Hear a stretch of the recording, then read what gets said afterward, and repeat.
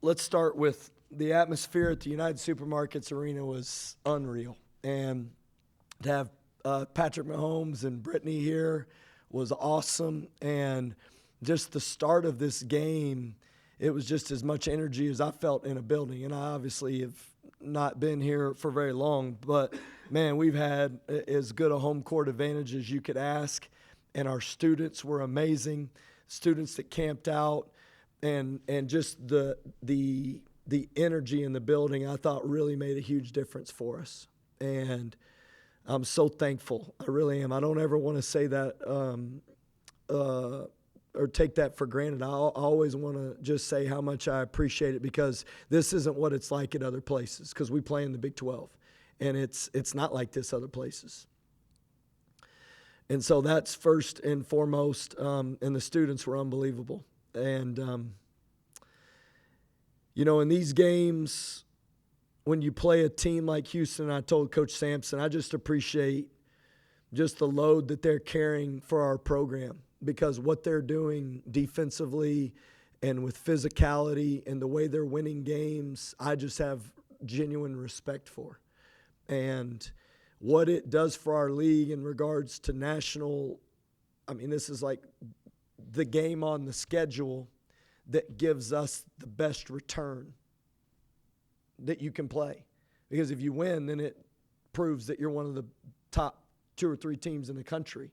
And so I just told him before the game, and I told him after, man, I thought that last possession of the game where we made LJ miss it, and the ball kind of flies out in the air, and it looks like Federico's kind of looks, and then Roberts gets his hands on it. LJ picks it up. They pitch it to Uzan, and Los makes a 3. And then that's the game. It goes from a 3-point game, which we could have had possession, and we could have tied it or whatever.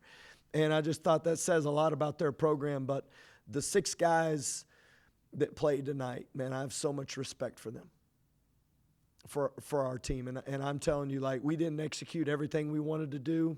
The game plan was in the right place, but, man, did they fight and compete. And did we compete? We had 17 offensive rebounds. Now, we missed a lot of shots, but, that's the percentage that you want. And I think they got 7 offensive rebounds, and that's a team that prides themselves on offensive rebounding, and that's like 23%.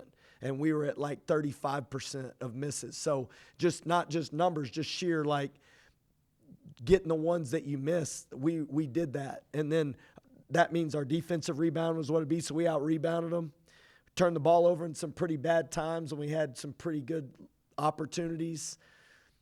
But we got to the free throw line 26 times and put ourselves in position to win a game. It is not good enough. I said that to the team in the locker room. This is in no way, shape, or in no shape or form are we like, this is okay. This is not okay. You don't win. You don't lose here. But for the competitiveness and the fight that these guys showed that played in this game, I just was like, yes, this is what it looks like. Now, the result isn't right, but the competitiveness was. And I'm hopeful we get another opportunity to play them. What does this say about the team that you had it down to, they brought it up to a 9-point lead, and you were able to fight back to a 1-possession game? Yeah, I'll tell you what it is. It's like there is a collective grit to this group now. They're starting to sense like what you have to do as a team. And 2 guys that really jump out to me in this game specifically are Christian Anderson and Elijah Hawkins. Those 2 guys didn't probably have one of the better offensive performances, but Christian has 8 rebounds and guards LJ Cryer the entire game, and LJ goes 1 for 5 from the field. And LJ's an all-league guard, and Christian's a freshman, and Christian's out there like making it hard on him all game long. And then Milos, I thought, was the difference in the game, but Elijah's just ability to stay in the fight and keep us in there. His 5 assists and 1 turnover against a team that's, we played him last year. Joe Toussaint came over and said, Coach, I can't see the basket. You know what I mean? And so for E to create opportunities for us against that kind of defense, and for us to to put ourselves in position to win the game. I just thought both those guys' effort coming off of what we did on Saturday, and those guys basically played the whole game on Saturday too. I just thought their fight was kind of what this team's about. And what does it say about the defensive grit when you're not able to score from the field for over 8 minutes, and yet they don't extend the lead for any length? Yeah, well, that's two hard playing physical teams, and they make it hard on you. And when you have when you get a chance to score a basket, you better score a basket. And I did feel like we had a few looks that, you know, I'd like to have those opportunities back. You know, maybe a couple open threes and a couple layups. And in a game like this, when you get them, you better take advantage. And we weren't able to do that. You talked about how Houston prized himself as an offensive rebounding team. You're running a 6-man rotation, and you're still able to out-rebound them. Was that a point of emphasis throughout this week to be able to accomplish that? Yeah, just we felt like the possession game was going to be what wins it. And if we could get more shots, and we ended up taking about the number of threes that we wanted. We got to the free throw line. I thought our percentages, even though we didn't take some great threes at times, our percentages of kind of these shots that we wanted to take were the right ones in number, but not necessarily in effectiveness. But I will say that we went all out on that area and tried to do our best to create extra opportunities, and felt like that if we could do that, it would give us a chance. And in a night where you don't shoot it great, it did give us a chance.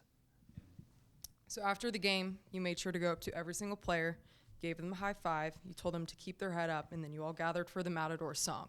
As it started, you kind of looked back and you muttered something to them. Your face looked very serious. I'm just curious what you were kind of telling your players surrounded by you in that moment. Yeah, I mean, not everybody enjoys playing against one of the most physical teams in the country. Not everybody enjoys an opportunity to step into the ring, you know, if you will. And I wanted to look and see if there's a resolve, or if it's like, I don't know if we can do it. And two,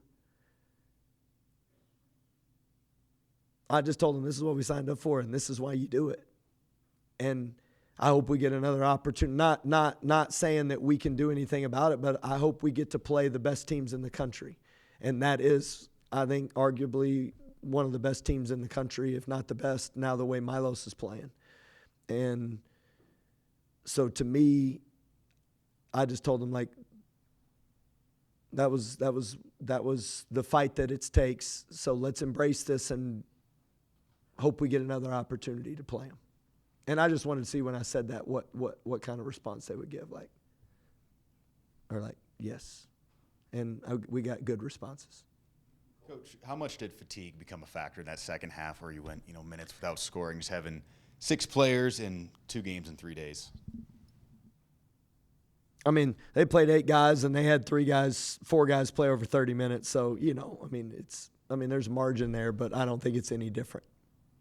Kelvin Sampson said he thinks you could say there's an asterisk to this win for them, given what you guys were missing, all things considered. No, not at all. I mean, that's why you play the game.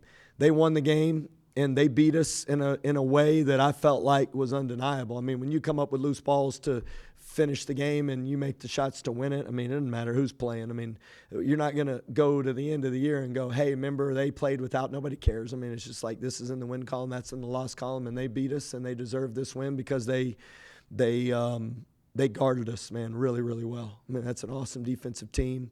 And they make it difficult on you, and they're physical too in the way they score. And they make threes, but the way they put their body on you to create those opportunities is real too. And so that's the fun part about this game. There's no asterisk in this. This is awesome, man. That's to their credit that they won this game, and it was an awesome Big 12 atmosphere. I mean, to come in here even with that's a step. I mean, to do that shows you their competitiveness and their grit.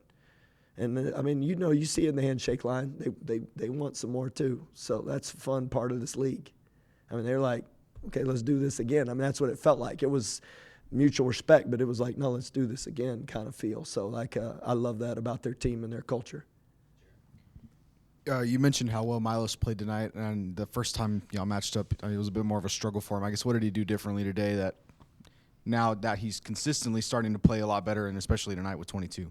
One, I thought we fouled him a couple times and we didn't need to, and that kind of got him going a little bit. And two, I thought pressure was unbelievable, but they keep screening you so many times, and I think he made 2 of his threes off offensive rebounds. So like that part is the part that you got to shore up to me. Like you take away those 2 threes, and then you don't foul him and make him make a lot of those hard 2s, and then you get the result that you want, even if he makes a bunch of them, because LJ goes 1 for 5, and you know what I mean, and Juwan goes 3 for 10, and I thought Emmanuel Sharp, obviously that stretch at the end of the first half was big time for them. 1, and then 2, I thought Joseph Tugler scoring in the paint on not the and one basket, but he and Francis, they both had timely post play baskets. It's those are the ones that, if you ask me anything, I thought Milos played great, but when you just look at their roster, I just thought they all kind of came up with timely baskets. But I think the big thing for him is you just can't give him those 2 offensive rebound threes, because then you make him earn them off the dribble, and that's kind of what you want to do with him. And you've had a lot of success this year with JT kind of having that skip pass out of the short corner, low block. Seemed like they really took that away. I guess what were they doing? I know they got a turnover off of it that led to a run out one time. Kerwin was trying to make that extra pass after the skip. I guess what were they doing to take away the extra pass after that? Yeah, and they keep competing, and they don't just hard double you and just do it blindly all the time. They actually have a really good feel. That's one thing about them that is they have a savvy to it. They'll go and then they'll see it and they just move out of it so quickly. So it's not always just this hard double and we're going to stay. They don't. They rotate so well. And honestly, I just thought the deflection they got in the second half in front of our bench was the one that hurt us. The rest of it felt like it was we were getting some pretty good opportunities because of it. And yeah, I mean, I thought JT, considering all things, really was competitive in the right way and had a couple good looks that he's going to make too. When you get in some of these games where I feel like you got a little more depth around him, where he just doesn't have to carry it the entire game. Even just taking the 2 Houston games into account, it seems like this team really responds to adversity. When you got guys missing, you only have so many bodies, and they just kind of respond with even more energy than maybe they would have with a full team. How do you kind of bottle that up when you do have everybody at your disposal and just use that for the full game when you have everybody that can kind of do it together? Yeah, the biggest thing in response to what you're asking, we play differently. We play with an urgency when we have limited numbers. And then I will tell you that I do think as a player, when you're playing this many minutes, you can kind of get in a flow and you get enough opportunities offensively that you get to say okay, I didn't do it well.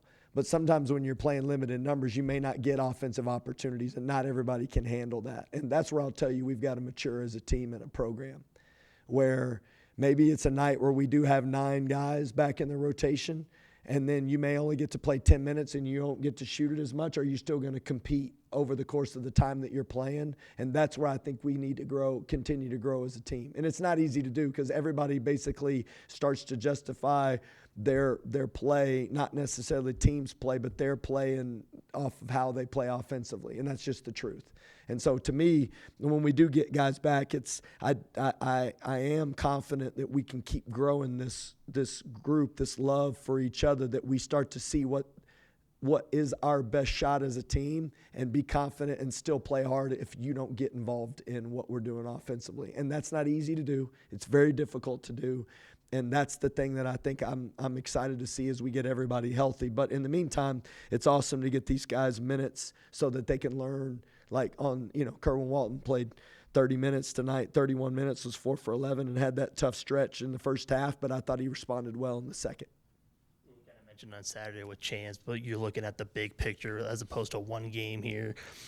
How you're not going to lose sleep over resting guys when their health is kind of on the line, but in a game like this, to make that decision to not play those guys when maybe you could to look at the big picture instead of focusing on this one game, this with everything that kind of went into it. Man, I'm going to try to think about how to thoughtfully answer this.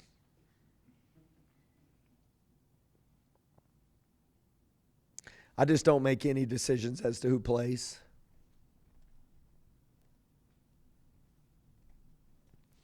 And every situation is so unique, you know. It really is. It's like every player, say Christian Anderson, for example, he like twisted his ankle in the first half and he was limping in the locker room, but he still went and played the second half, you know.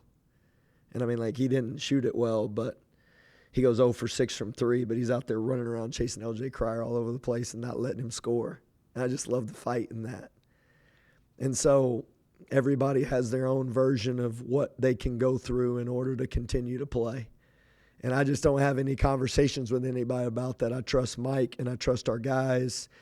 And sometimes you understand it and it's clear in regards to what the best thing for them. And sometimes it's not clear. You know, it's like a really hard decision to decide what to do in these scenarios. And I'll just say, I knew Chance wasn't going to play. I felt like it was going to be hard for him to play based off of the experience of the last couple of days. I did not know that about D5 yesterday, or I would have honestly said that. I had no clue.